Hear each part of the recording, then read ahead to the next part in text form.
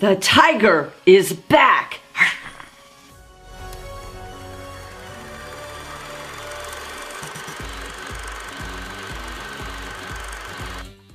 Hi, I'm Donathan. And I'm Kelly. And we are Craving Cinematics. Well, we finally went to see it, Tiger Zinda High, and we're going to give our review. It was playing actually in our neck of the woods here in Alabama. They actually had a theater, actually a couple of theaters. Yep. That were playing Tiger Zinda High, so way to go. Awesome. We also met a couple that was really nice. They were there to see the movie. And it was Arvin and Churu Shaw. Yep. Sorry, I butcher y'all's names so bad, and I do apologize. But Arvin and Churu, they were super kind, super sweet, just a lovely couple around our age. Yeah. And just were there to enjoy the movie also. They were looking forward to it. There were a couple of other people in the theater. Oh, yeah. There was a family there and another couple, and everybody was just very excited about seeing Tiger Zinda High. Well, to lay out what we're going to do in this video, the first part of the video is going to be non-spoiler. We're just going to give what we thought about the movie, give a rating, and then we're going to do a spoiler right after that. We'll give you a warning. You know, if you haven't seen the movie, stop the video at that point, go see the movie, and then finish the video. So, well, we understand that this movie was highly anticipated, the release of it. People all over the world were just so excited to see Salman Khan bring back his role as Tiger. And we were just as excited about it. Oh, yeah. So what did you feel? Did you feel that Tiger delivered? Yes, I did. The thing about the movie is it's completely different from the prequel, which is Act the Tiger. It had a different tone. It had a whole new level of suspense and action to it. This was more of a war film, while Act the Tiger was more of a character building, introducing you to who Tiger is and who Zoya is. And the tone was just completely different. Something I wasn't really expecting, but I was pleasantly surprised by it. I do have to say I am very, very, very thankful for the intermission. This movie is so intense with all of the action and the suspense going on that without that intermission, you would suffer from sensory overload, basically. And just feel like kicking all the seats down in the theater. It's that intense. And I had a lot of fun with it. What about you? No, I really enjoyed it. I enjoyed the suspenseful part of it. It was completely different, and I really think that Tiger Zinda High could be a standalone. Oh yeah, from definitely. Act the Tiger, and Act the Tiger obviously could have been a standalone from Tiger Zinda High. I am glad the way they worked it all together. Same characters were in it, which was really nice because I thought in Act the Tiger, all the characters were really well developed and kind of neat. The tone, like you said, was completely different, which I really, really, really enjoyed the first one because there was everything that I like in a movie. You know, there was the romance, there was a lot of comedy, there was, you know, of course, romance and love go together. Act the Tiger had everything, whereas Tiger Zinda High, it was strictly suspense and strictly just all-out testosterone. Yeah, going. It was a war film. Now Zoya did have a really bad bleep. It's a three-letter word starting with an A and ending with an SS. You know, she was completely tough. Yes. In this, and yes. That was kind of neat to see that, you know, she held her own without a doubt. Yeah, she was given more in this movie. More action. Yeah, more action. I mean, well, more of a story as well, because you really get to know what kind of agent she is. And I was really pleased with that because you learn more about her. I don't know that it's more of a story, because I really felt that her character in Ek the Tiger was very developed. You knew she was a spy. You knew she was an agent. Right. But in this one, in this one, you saw her in action. Yeah, that's where I was going with that. Oh, okay. So well, I'm glad I could help you get there. So, out of 10, what do you give it? Simply because it lacked some of the love story in it. It was just focused on really one type of film, whereas Ek the Tiger kind of was all kinds of different films wrapped up into one nicely in a pretty little package wrapped in a pink bow. This one was definitely wrapped in a blue bow for all the testosterone. I give it an 8 3/4. Can you do 3/4? Sure. I give it an 8 3/4. Some of the action sequences were a little far-fetched and not as well filmed, I guess is what I want to say. I'm talking about the very beginning, and I don't want to give anything. We're not to the spoiler alert yet. But Tiger was with his son, and there were some other animals involved. Okay. And that for me, especially as the opening scene, was a little on the weak side. But I give it an 8 3/4 because the action was really, I mean, it was so bloody intense that, man, I just wanted to walk out and hit something. What would you give it? I give it an 8.5. And when we get to the spoiler section, I'll explain why. I understand about the opening sequences that you're referring to. They didn't bother me that much. They really kind of set the tone for Tiger and his relationship with his son, Junior. So, they were okay. I mean, they weren't absolutely outstanding, but I mean, they really kind of set the tone of the movie for me and what to expect moving forward. So, but there were other issues that I saw with it that, I was going like in. What? Well, we'll get in the spoiler section, but there were some scenes in there that kind of fell flat for me, and I'll explain about that a little bit later. But overall, the film is outstanding. It was fun. It was a lot of fun, and like you said, you just wanted to go hit something at the end of this movie. But is that good? That's not necessarily good. No, it is. It is, because you got... brought out that emotion. Well, yeah, exactly. And you got to be a part of the film. You were really engrossed into the story, and that's what I'm looking for in a movie. Can I see myself being a part of that story, and am I totally engrossed in it? And again, if you've seen our previous videos, one thing that bothers me more than anything is being pulled out of it for whatever reason. So at that point, definitely a solid 8.5. I wanted to give it more. The first half of the movie, I was already set at 9.5. And then what brought you down then? Spoilers. Okay. All right. Let's move into the spoiler. Spoiler. Although I can't imagine anybody who has wanted to see Tigers in the High not already seeing it. But right. Anyway, but it's a spoiler. It's a spoiler. From this point forward, you're warned. Okay. Second half of the movie. We are entering into the third act. Tiger and Zoya had been captured. And they are tied to chairs, facing each other. And they had just treated Zoya very badly. I mean, they'd beaten her and stuff. And they've beaten Tiger too. But Tiger is facing Zoya, and he sees what they had done to her. And it's tearing him up on the inside. And I felt his pain.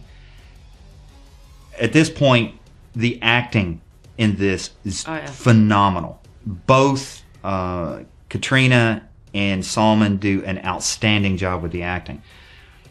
The problems lie with the script, not with the acting, not with the actors. it's with the script. Now, in this country, there had been a series of movies, parodies on spy films called Austin Powers. They actually did a parody of what happens in most spy films. And it's just part of the genre. But it's one of those things that just pulls me out, and I'll tell you why. During this scene, the bad guy says, I'm just really going to make you suffer. Now, you're thinking at this point what they're going to do is they're going to kill Zoya in front of him. That would be the logical thing to do. They don't do that. They drag Zoya off out of the room. Several of his henchmen go and knock off these canister heads to cause this toxic gas to flood the room. Then they leave, expecting Tiger to die by this toxic gas. After some time, they're saying out there, okay, he must be dead now. Let's go back in. They go back in. They got protective masks. They got protective gear. And then out of this fog of toxic gas, here comes Tiger. He's got a scarf around his face, and he kicks butt right and left. Now, the emotional sense of that is yes. You know, it's very satisfying. However, the problem with that, it does several things. One, it makes the villain look stupid. Now, this is a strong villain in this. He's scary. He's terrifying. When he ordered the nurse to be shot for trying to escape with no emotion whatsoever, that's terrifying. Because the guy has this logical presence about him. Everything is precision. That is absolutely terrifying because without emotion, there's no compassion. Therefore, he could do anything. Well, in this particular scene, Tiger defeats the bad guys. And of course, at the end of the movie, he defeats the main villain. Here's the problem. That scene made the villain look stupid because it's a parody of, let's come up with this really complicated way of killing the bad guy, making him suffer, but we're not going to watch him die. We're going to leave the room and just expect for him to die. Then they come back in, and then the bad guys get killed. The other thing, too... Well, I think what you're saying is it made no sense that they go in with gas masks, they release this gas, Tiger wraps a scarf around him. That's not going to keep you from getting gas, guys. Yeah. Army training, going through the gas chamber, nah, it's not going to happen. And then, as he's walking towards the camera, he actually takes the scarf off. There's still this gas all around him, and he takes the scarf off and he walks out. Yeah, that was kind of, just leave that out. That you know, I know you're trying to show how tough he is, that he's almost superhuman, that he can breathe through this gas. But Tiger's not a superhero like Superman or Batman. He doesn't have the suits and stuff like that. He is just a person, a tough, badass person. Oh, I did say it. Ooh, well, that's all right. Sorry. But he is. But he's still going to fall victim to gas. Yeah, because this is based on a true story. So that was kind of just, right. Yeah. Goofy. Tiger is a real person. And like she said, he takes the scarf off. But if you ask yourself logically, this is a hospital. Even though they made it the base, why is a hospital dealing with canisters of toxic gas? Doesn't make any sense. I think they brought the gas in. It's possibly, it's possible, but that's never explained. They just happen to be there.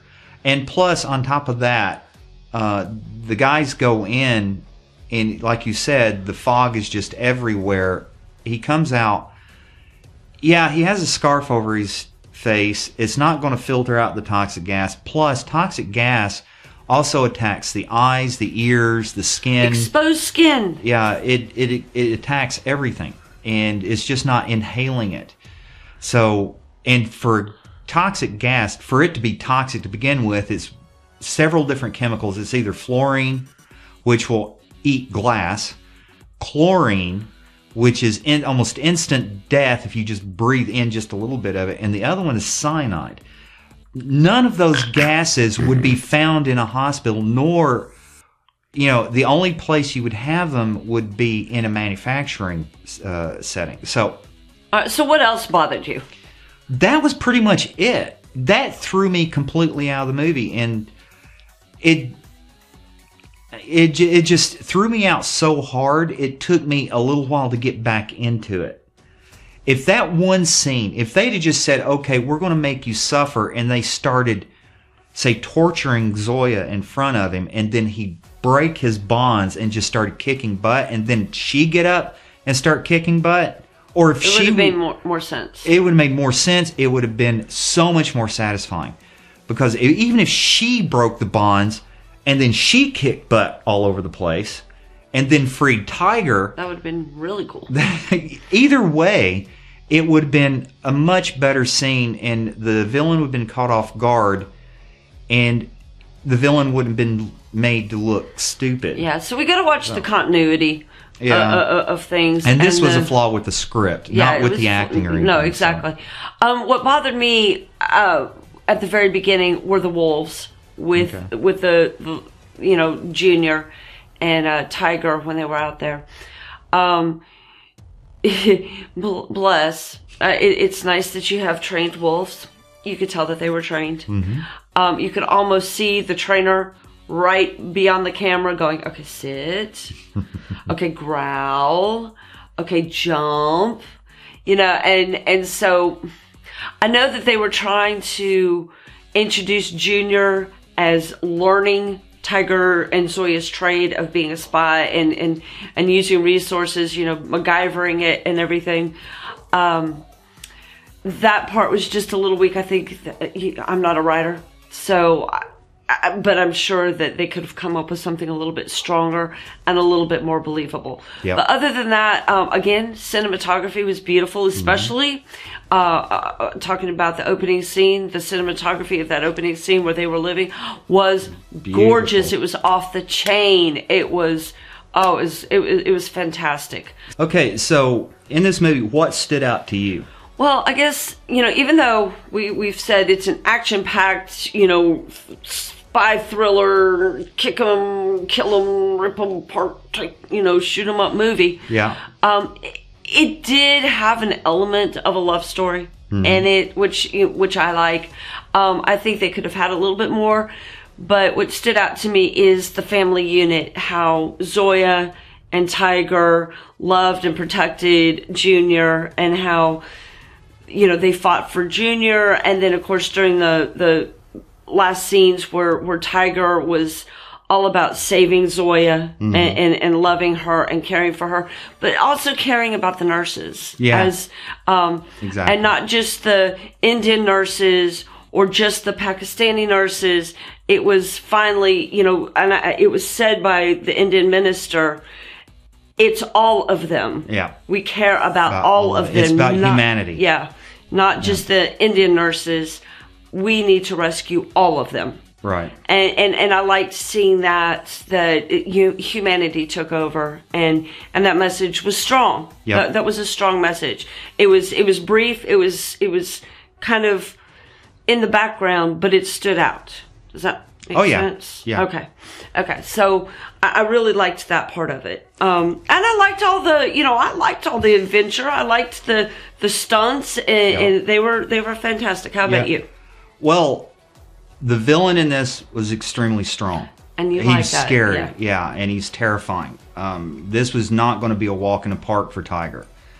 The other thing I really like, especially with Salman movies, the ones that we've seen so far, is that it's all about unity.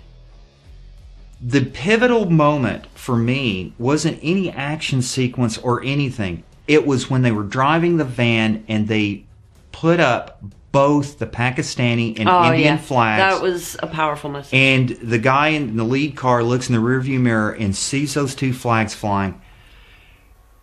That was the pivotal moment for me, because that gave me such a good feeling that even though we have our differences, that we can still work together to accomplish goals that mean something. Right. Saving these nurses was the ultimate goal, and they did that.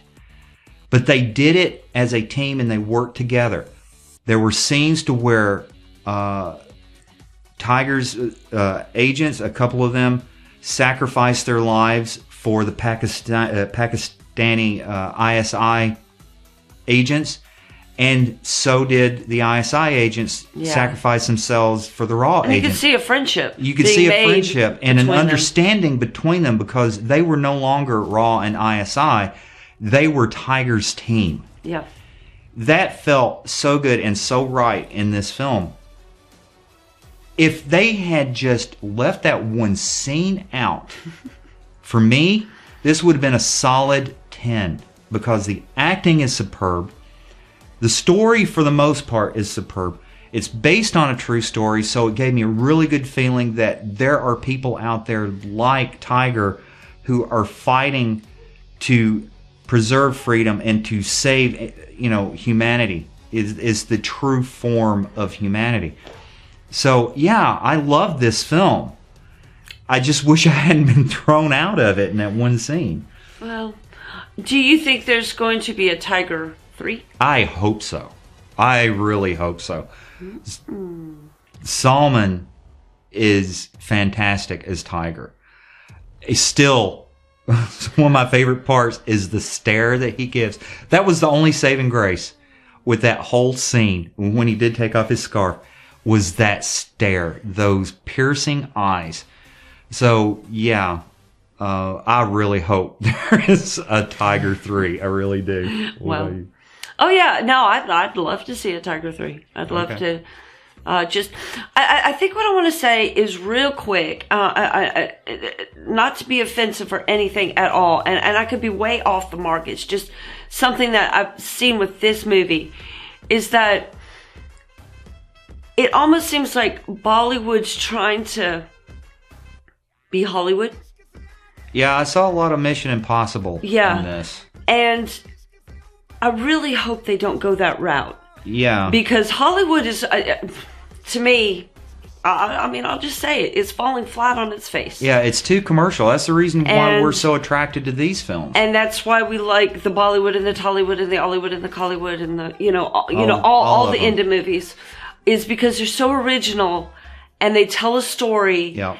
And I would hate to see it go commercialized. Yeah. Because I think, Hollywood is going to really, here in the next couple of years, just fall flat.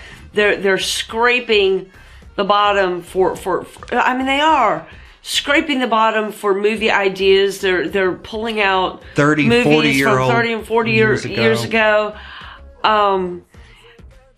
It's all very weak. Yeah. Very weak stories. There's a few strong ones out there, but for the most part, it's just weak, senseless, mindless stuff. And I really, really don't want to see Bollywood and all of them go that direction for more money.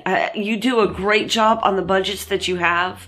You make wonderful movies. You make strong storylines, strong characters, and beautiful stuff. So stay like you are. Yeah. Stay like you are. Especially these movies that are based on true stories. Yeah. Because that brings a real sense of realism to it. Like with Tom Cruise's Mission Impossible series, they've gotten more fantastical. They've gotten more dramatic stunts. And it just gets sillier. So it gets sillier and sillier. So, yeah, I agree with Kelly. So, anyway, I'm Kelly. And I'm Donathan. And we are Craving Cinematics. Have a blessed day. Bye.